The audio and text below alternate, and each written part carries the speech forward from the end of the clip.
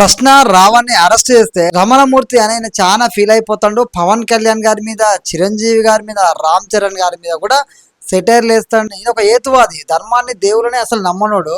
ఈయన రావణ్ అంటోడికి సపోర్ట్ చేసుకుంటా పవన్ కళ్యాణ్ గారి మీద, చిరంజీవి గారి మీద, రామ్ చరణ్ గారి మీద విమర్శలు అయితే ఎత్తాడు. అసలు ఈయన ఏం మాట్లాడినది ఒకసారి చూద్దాము. చూసిన తర్వాత మనదైన స్టైల్లో ఈయన మాటల మీద మనం అయితే క్లారిటీ ఇద్దాము, సమాధానం చెప్దాము. ఒకసారి ఈయన మాట్లాడిన మాటలు ఒకసారి వినండి. ఎందుకంటే ఆయన పైన ఒక కేసు పెడితే ఏది పెట్టారు లేదు, కోపం వస్తుంది, ఆయన బెయిల్ తెచ్చుకుంటాడు, వచ్చేస్తాడు అన్నట్టుగా ఉన్నాను నేను. ఎందుకంటే అటువంటి కేసులు నేను జీవితంలో చాలా చూసున్నాను కాబట్టి. రెండవ కేసు, మూడో కేసు, నాలుగో కేసు, ఐదో కేసు, ఏంటిది, వాట్ ఇస్ దిస్? ఇప్పుడు ఊపా చట్టాన్ని కూడా దీనికి వాడుతున్నారు. అంటే పిచ్చోన పట్టిందేమో నాకు అర్థం కాలేదు. ఇప్పుడు నాకు సమాచారం సమగ్రంగా లేదు, నేను కూడా చూడలేదు, నాకు స్పేస్ టైం లేక. ఊపా చట్టం పెడుతున్నారంటే ఒకవేళ అది నిజమైతే కనుక మీరు సినిమాల్లో పవన్ కళ్యాణ్ గారు అన్అపాలజెటిక్ సనాతని, మీరు సినిమాల్లో నక్సలైట్లు వేషం వేసినప్పుడు ఎంతమంది ఇన్స్పైర్ అయ్యారు? 70 కేసులు పెడితే బాగుంటుంది కదా మీ మీద. మీరు జల్సా సినిమాలో నక్సలైట్ వేషం వేసుకుని డైలాగులు చెప్పలేదా? దాన్ని చూసి ఎవడు ఇన్స్పైర్ అయ్యి నక్సలైట్ లో జాయిన్ అవ్వలేదా? మీకు వర్తించదా? మీ అన్నయ్య గారును మీ అన్నయ్య గారి కొడుకు మొన్న సినిమా ఏంటది ఆచార్య, ఆ సినిమా వచ్చేలా వెళ్ళిపోయింది. ఆ సినిమాలో నక్సలైట్లు వేషాలు వేసుకుని మీరు అవసరమైనప్పుడు ఏదైనా చేయగలుగుతారు. విన్నారు కదా ఈయన మాట్లాడిన మాటలు. ఈయనైతే ఒక హేతువాది. సో రావణ్ లాంటి వాళ్ళు ఏం మాట్లాడినా ఈయనకి ఎలాంటి బాధ ఉండదు. ముఖ్యంగా ఈయన ఏం మాట్లాడుతాడు, 1 కాదు 2 కాదు 3 కాదు ఇట్లా కేసులు పెడతారా, మస్తు చూసిన అలాంటి కేసులు అని చెప్పి చెప్తాడు. అదే విధంగా మరొక మాట అంటాడు, ఉపాచట్టం పెడతారా పిచ్చి పట్టినట్టు అని చెప్పి మాట్లాడుతాడు. ఉపాచట్టం పెడతారా పిచ్చి పట్టినట్టు అని మాట్లాడుకుంటా నేను ఈ యొక్క కేసు గురించి నాకు సమాచారం లేదు, నేను బిజీగా ఉండి తెలుసుకోలేకపోయినా అంటాడు. ఈ కేసు గురించి సమాచారం లేకపోతే, తెలుసుకోకపోతే ఎందుకు మాట్లాడుతున్నావు? నీకు ఏం తెలియనప్పుడు, సమాచారమే లేనప్పుడు ఏ విధంగా వచ్చి మాట్లాడుతున్నావు అనేది ఒక్కసారి నువ్వు ఆలోచన చేసుకోవాలి.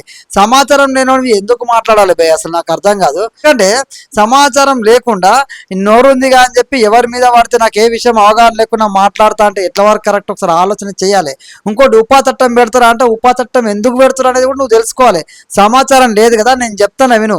సనాతన ధర్మాన్ని సన్నాతుల ధర్మం అని చెప్పేసి అతి నీచంగా ఒక బూతులా కూడా దీన్ని మాట్లాడతారని చెప్పి వాడు మాట్లాడండి. కాబట్టి అదే విధంగా ధర్మాన్ని, దేవుళ్ళని, రాముణ్ణి, సీతను, ద్రౌపది మాతను కూడా అవమానించిండని చెప్పేసి ఆడి మీద కేసు పెడుతున్నావు. అయినా నువ్వు హేతువాదే కదా, నీకేం తెలుస్తుంది చెప్పు? రావణ్ అంటూ ఏం మాట్లాడినా అంతే సమాచారం లేదు కదా, అందుకే చెప్తున్నా.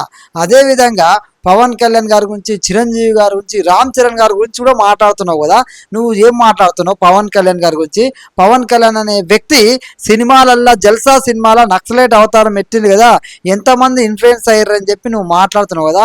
అదే సినిమా స్టార్టింగ్లే వాళ్ళకు డిస్క్లైమర్ అని వేస్తారు, అది చూడు ఫస్ట్, అది చూస్తే నీకు అర్థమవుతుంది. అది కాకుండా పవన్ కళ్యాణ్ అనే వ్యక్తి అదే సినిమాలో ఆయన పరిస్థితులను బట్టి నక్సలిజంకి వెళ్తాడు కదా, మళ్ళా బయటకు వచ్చి యూనివర్సిటీలో చదువుకుంటాడు. చదువు గురించి కూడా ఉంది కదా, దాని గురించి నువ్వు ఎందుకు మాట్లాడతలేవు మరి? పవన్ కళ్యాణ్ గారిని అరెస్ట్ చేయాలి, పవన్ కళ్యాణ్ గారి మీద కేసులు పెట్టానా? అది సినిమా కల్పితం. వీడు నిజ జీవితంలో మాట్లాడుతుండే కదా దేవుళ్ళని దూషిస్తూ, వీడు నిజ జీవితంలో బయటకు వచ్చి సమాజంలో ఉంటూ సమాజాన్ని ప్రేరేపించే విధంగా మాట్లాడుతుండే కదా, ఒక ధర్మాన్ని దూషిస్తుండే కదా. మరి దాని మీద నువ్వు సమాధానం చెప్పాలి. అదే విధంగా చిరంజీవి గురించి, రామ్ చరణ్ గురించి మాట్లాడుతూ ఏం మాట్లాడుతున్నావు? ఆచార్య అనే సినిమా తీసినా అది పెద్దగా ఆడలేదు కదా అని మాట్లాడుతున్నావు. ఆ సినిమా ఆడిందా ఆడలేదా నీకేం సంబంధం? అసలు నీకు అంత కోపం ఎందుకు? చిరంజీవి అన్నా, పవన్ కళ్యాణ్ అన్నా, రామ్ చరణ్ వీళ్ళ ముగ్గురిని ఎందుకు ఉదాహరణగా తీసుకున్నావు? నక్సలిజం సినిమాలు రాలేదా? ఆర్ నారాయణమూర్తి ఏం సినిమాలు తీసిండు స్టార్టింగ్ లా? ఒసే రావులమ్మ సినిమా దేని గురించి ఉంది?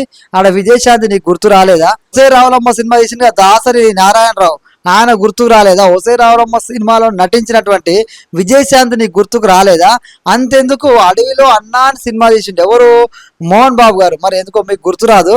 మోహన్ బాబు గారు ఏం క్యారెక్టర్ చేసింది దానిలో? సినిమా పేరే అడవిలో అన్నా అని పెట్టిండు. అప్పుడు నీకు గుర్తు రాలేదా? వాళ్ళ పేర్లు నీకు గుర్తు రాలేదా? అదే విధంగా చాలా మంది చాలా రకాలుగా ఇట్లాంటి సినిమాలు తీసిరు. నారాయణమూర్తి, దాసరి నారాయణరావు గారు, మోహన్ బాబు, ఇలా చెప్పుకుంటూ పోతే ఒక పెద్ద లిస్టే ఉంది.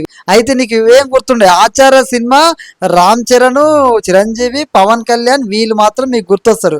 వాళ్ళ మీద నీకు ఎంత ద్వేషం ఉంది అంటే సినిమా పెద్ద ఆన్లైన్ సెటరిక్ గా మాట్లాడుతున్నావు కదా, అక్కనే అర్థమైపోతుంది నువ్వు ఎంత వాళ్ళ మీద ద్వేషాన్ని కలిగి ఉన్నావని. ఎందుకంటే పవన్ పవన్ కళ్యాణ్ అనే వ్యక్తి నువ్వు విమర్శిస్తున్నావు అంటే ఆయన సనాతన ధర్మాన్ని పాటిస్తాడు కాబట్టి నీలాంటి వాళ్ళకి నచ్చదు. ఆయన చెప్తే లక్షల మంది ఫాలో అవుతారు, మంచిని మాత్రమే తీసుకుంటారు. ఆయన వ్యక్తిత్వాన్ని చూసి ఆయన అభిమానించే వాళ్ళు ఉంటారు. నువ్వు ఎవరైతే మాట్లాడుతున్నావో ఆ రావణ్ అనేటోడు కూడా గతంలో పవన్ కళ్యాణ్ గారిని అనుసరించిండు, కానీ చెడుదారిలోకి వెళ్ళిపోయాడు. చాలా మంది యువకులు ఆయన ఫాలో అయ్యేటోళ్ళు చెడుదారిలో ఊరు. ఆయన చెప్పింది అందులో మంచిని తీసుకుంటారు. సినిమాల్లో కూడా అంతే, మంచిని తీసుకుంటారు, చెడును వదిలేస్తారు. అదేవిధంగా రామ్ చరణ్ నీకు నచ్చడు, ఎందుకంటే రామ్ చరణ్ అనే వ్యక్తి గురించి నీకు ఎందుకే? ప్రపంచవ్యాప్తంగా గుర్తింపు తెచ్చుకుంటుండు రామ్ చరణ్. అదేవిధంగా ఎప్పుడూ అయ్యప్ప మాల వేసుకుంటూ ఉంటాడు కదా, అది నీకు కోపం. ఎందుకంటే ధర్మాన్ని పర్ఫెక్ట్గా పాటిస్తుండు కదా, అయ్యప్ప మాల్లో నిండుగా ఉంటాడు. పవన్ కళ్యాణ్ ఏమో సనాతన ధర్మం అని చెప్పి కాషాయం దుస్తుల్లో కనబడుతుండు. ఇవన్నీ నీకు నచ్చాయి. ముఖ్యంగా చిరంజీవి ఎందుకు కోపం అంటే, చిరంజీవి ఎందుకు నచ్చాలంటే చిరంజీవి అంటే ఆంజనేయ స్వామి భక్తుడు కదా. ఈ ఆంజనేయ స్వామి భక్తుడు కాబట్టి ఆ కుటుంబమే ధర్మాన్ని బలంగా ఫాలో అవుతారు. అదేవిధంగా పరధర్మాలను బలంగా గౌరవిస్తారు. రామ్ చరణ్ అయినా ఇతర మతాలని గౌరవిస్తాడు. ఎందుకంటే మొన్న ఆయన అయ్యప్ప మాల్లో ఉండి కూడా కడపలో ఒక దర్గాను సందర్శించిండు. ఆయన మీద ఎన్ని రకాల విమర్శలు చేసినా సరే తన ధర్మాన్ని ప్రేమిస్తాడు, పరధర్మాన్ని గౌరవిస్తాడు. అలాంటి వ్యక్తిత్వం ఎవరిది? రామ్ చరణ్ది. చిరంజీవి గారి గురించి చెప్పనక్కర్లేదు. ఆయన అభిమానుల్లో ఈ కులం ఆ కులం, ఈ మతం ఆ మతం ఉండదు. లక్షలాది మంది అభిమానులు ఆయన సొంతం. ఇక పవన్ కళ్యాణ్ గారి గురించి చెప్పనక్కర్లేదు. ఫస్ట్ నుంచి ఆయన ఎప్పుడైతే సనాతన ధర్మం అన్నాడో ఆ ధర్మం గురించి మాట్లాడగానే మీలో వణుకు మొదలైంది. ఎందుకంటే ఎవరు చెప్తే వింటారు? ఒక సెలబ్రిటీ హోదా ఉండి, ఒక నాయకుని హోదా ఉండి ఆయన ప్రసంగాల ద్వారా 10 మందిని ప్రభావితం చేస్తాడు కాబట్టి అలాంటి వాళ్ళు చెప్తే ఆయన వల్ల సనాతన ధర్మం ఇంకొంచెం ముందుకెళ్తుంది. కాబట్టి ఒక్కసారి అందరు టార్గెట్ ఇస్తారు. రావణ్ అనే టాన్ని ఎందుకు అరెస్ట్ చేశారు అనేది ఫస్ట్ అది తెలుసుకో. ఉపా చట్టం ఎందుకు పెడతారు? పిచ్చి పట్టింది అంటారుగా, ఎవరికి పిచ్చి పడితే అది పెడతారు, ఎవరు తప్పు చేస్తే అది పెడతారు. దేశానికి వ్యతిరేకంగా మాట్లాడితే నీ మీద నా మీద ఎవరి మీదైనా అలాంటి కేసులు పెడతారు. అది నువ్వు తెలుసుకోవాలి. అలాంటి కేసులు పెట్టినప్పుడు అతను అలా కావడానికి కారకులలో వాళ్ళ గురించి మాట్లాడు. వాళ్ళని సంగతి చెప్పు ఫస్ట్. వాళ్ళ దగ్గరికి వెళ్ళి రావణ్ ఈ విధంగా ఎందుకు చేసిరు, రావణ్ ఈ విధంగా మాట్లాడుతున్నప్పుడు వెనకాల సపోర్ట్ చేసిరు, ఇప్పుడు ఎందుకు వదిలేసిరు అని చెప్పి గాలను నువ్వు క్వశ్చన్ చేయాలి. పవన్ కళ్యాణ్ గారిని, చిరంజీవి గారిని, రామ్ చరణ్ గారిని కాదు. రామ్ చరణ్కి ఏం తెలుసు పాపం, ఆయన అయ్యప్ప మాల వేసుకుంటాడు, సినిమాల ద్వారా గుర్తింపు చేస్తాడు, ఆయన పేరు నిలబడమే కాకుండా మన తెలుగు వాళ్ళ పేరు ప్రపంచవ్యాప్తంగా నిలబెడతాడు. అట్లాంటి వ్యక్తిని నువ్వు ఇట్లా తీసుకొచ్చి మాట్లాడడం ఎంతవరకు కరెక్ట్ అనేది ఒకసారి ఆలోచన చేసుకో. ఇంకొకసారి ఏ విషయం నాకు అవగాహన లేదు, నేను తెలుసుకోలేదు, బిజీగా ఉన్నా అంటే ఫస్ట్ తెలుసుకొని రా, అప్పుడు మాట్లాడు. దానికి ఒక వాల్యూ ఉంటుంది. ఏది పడితే అది మాట్లాడితే దానికి వాల్యూ ఉండదు. నీలాంటి వాడికి అసలే ఉండదు. నీకు ఎవరు నస్తుంది? రావణ్ లాంటి వాళ్ళు, ధర్మాన్ని దూషించే వాళ్ళు, హేతువాదులు కదా మీరు. మీకు ఎవరు నస్తుంది అంటే రావణ్ లాంటి వాళ్ళు, ధర్మాన్ని దూషించే వాళ్ళు, హిందువుల పట్ల అసభ్యంగా మాట్లాడేటోళ్ళు. ఎందుకంటే మీకు కేవలం టార్గెటే హిందూ మతం, మీకు కేవలం టార్గెటే హిందువులు కదా, సనాతన ధర్మం కదా. మీ పర్ఫెక్ట్ ఆలోచనకి వాళ్ళు పర్ఫెక్ట్ సూట్ అయ్యారు. సమాచారం లేనప్పుడు పవన్ కళ్యాణ్ టాపిక్ ఎందుకు, చిరంజీవి టాపిక్ ఎందుకు, రామ్ చరణ్ టాపిక్ ఎందుకు? నీకు తెలుసుకోకుండా మేధావిలోకి వచ్చి నువ్వు మాట్లాడుతూ దాన్ని నీకు సంబంధించిన వాళ్ళు షేర్ చేయడము, ఇదే మాట్లాడడం కరెక్టేనా అనేది ఒకసారి ఆలోచన చేయాలి. ముఖ్యంగా చిరంజీవి, పవన్ కళ్యాణ్, రామ్ చరణ్ కాదు, గంతమంది సినిమాలు తీసిరు. వాళ్ళ గురించి మాట్లాడి ఉంటే అప్పుడు ఓకే, ఎన్ని ఉదాహరణలు చెప్తున్నానని జనాలు చూసేవాళ్ళు. నువ్వు కేవలం టార్గెట్గా మాట్లాడుతున్నావు కదా, అప్పుడే అర్థమైపోయింది. ఈ వీడియో చేయడానికి కారణం ఏంటంటే తప్పుడు సమాచారం వెళ్తుంది నీ గురించి, తప్పుడు సమాచారం వెళ్తుంది. అందుకే మీరు మాట్లాడిన మాటల్ని మీకు అప్పచెప్పాలి, జనాలకు తెలవాలి, జనాలకు అర్థమయ్యే రీతి చెప్పాలనే ఉద్దేశంతో వీడియో చేస్తున్నా. మీ అభిప్రాయాన్ని కామెంట్లో తెలియజేయండి. జై హింద్, జై భారత్.